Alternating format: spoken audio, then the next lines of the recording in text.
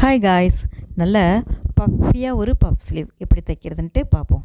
இது தைக்கிறதுக்கு கண்டிப்பாக நார்மலாக ஒரு கைக்கு எப்படி அளவெடுக்கணுமோ அந்த மாதிரி பேப்பர் கட்டிங் நம்ம போட்டுக்கணும்.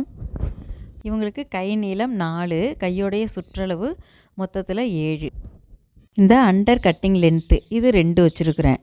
சரி, இப்போ கீழ்கை சுற்றளவு 7 இருந்துச்சா, அப்போ பாதியாக பிரிக்கிறப்போ 3. அதனால் மேலே அகலம் 4.5 வச்சுக்கணும். ஆனால் இவங்க கொஞ்சம் சின்ன பிள்ளை அப்படிங்கிறதுனால கொஞ்சம் லூஸாக இருக்கட்டும் அப்படின்னுட்டு நான் 5 வச்சுருக்கிறேன். நமக்கு பப் ஸ்லீவ் வேண்டாம் அப்படின்னா இந்த பேப்பர் கட்டிங் அளவுக்கு அப்படியே நம்ம துணி வெட்டி அதை நம்ம மடித்து வச்சு தைச்சிடலாம். ஆனால் இங்கே பப் ஸ்லீவ் எப்படி தைக்கிறது அப்படின்ட்டு பார்ப்போம். துணியை 4ஆக மடித்து போட்டுக்கிறேன். இந்த மடிப்பு பக்கத்துலேருந்து ஒரு 7 இன்ச் அளவுக்கு துணியை விட்டுட்டு ஒரு கோடு ஒன்று நம்ம போட்டுக்கணும். இது 7 தான் இருக்கணும் அப்படின்ட்டுலாம் அவசியம் இல்லை. துணி கம்மியாக இருந்துச்சுன்னா ஒரு 5 இன்ச் அளவுக்கு வச்சுக்கிட்டால் கூட போதும். ஆனால் நிறையா வச்சோம்னா நல்லா சுருக்கம் அதிகமாக இருக்கும். சரி, இந்த கோட்டுக்கும் கீழே இந்த பேப்பர் கட்டிங்கை வச்சு நம்ம அப்படியே வரையணும். ஆனால் பேப்பர் கட்டிங்கோடைய 2 பக்கமும் ஒரு இன்ச் அளவுக்கு இந்த மாதிரி மார்க் பண்ணிவிடுங்க. மார்க் பண்ணின அளவுக்கு கீழே இருந்து அப்படியே சேம், அதாவது ஒரே மாதிரி ஆரம்பித்து மேலே இப்படி விரிஞ்சி வந்துடணும். இப்படி இதை துணியோட கடைசி வரைக்கும் அதே அளவுக்கு தான் வரா மாதிரி வரைஞ்சி வெட்டிடணும். பாருங்கள்,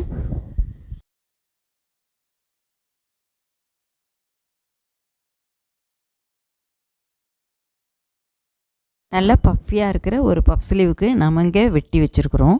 இது சின்ன பிள்ளைங்கிறதுனால 7 இன்ச் கொடுத்துருக்குறேன் அப்படின்ட்டுலாம் இல்லை. பெரியவங்களுக்குமே 7 இன்ச் அளவுக்கு கொடுத்தாக்க போதும். கேதர் பண்ணதுக்கப்புறம் பார்த்திங்கன்னா இந்த மாதிரி நல்ல பஃபியான ஒரு பஃப் ஸ்லீவ் நமக்கு கிடச்சிரும். தைக்கிறதுக்காக நம்ம கட்டிங் மார்க் போட்டிருப்போம் இல்லையா, அதிலேருந்து ஒரு 2 இன்ச் அளவுக்கு 2 பக்கமும் விட்டுடுங்க. விட்டதுக்கு அப்புறமா அந்த இடத்த கூட ஒரு மார்க் பண்ணிக்கலாம். மார்க் பண்ண இடத்துலேருந்து நல்லா அழகாக ஒரே சீராக நாம் ஃப்ளிட்ஸ் வச்சுக்கிட்டே வர வேண்டியது தான். இப்போது மேல் பக்கமாக அதே மாதிரி ஃப்ளிட்ஸ் கொடுக்கணும். அந்த ஃப்ளிட்ஸ் ஒரே பக்கமாக இருக்கிற மாதிரி பார்த்து வச்சுருங்க.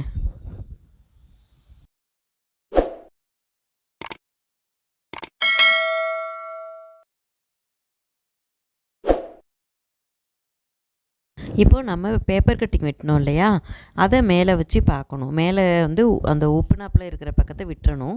ஸ்ட்ரைட்டாக பேப்பர் கட்டிங் இருக்கிற மாதிரி வச்சுக்கிட்டு பார்த்திங்கன்னா இந்த அளவுக்கு ஒரு கரெக்டாக வந்துருச்சு அப்படின்னா இதை நம்ம கை வச்சு தைச்சோம்னா அழகாக வந்துடும். கீழே 1 இன்ச் அகலத்துக்கு நம்ம கவும்பட்டி மாடலில் பட்டி வச்சு தைச்சிடணும்.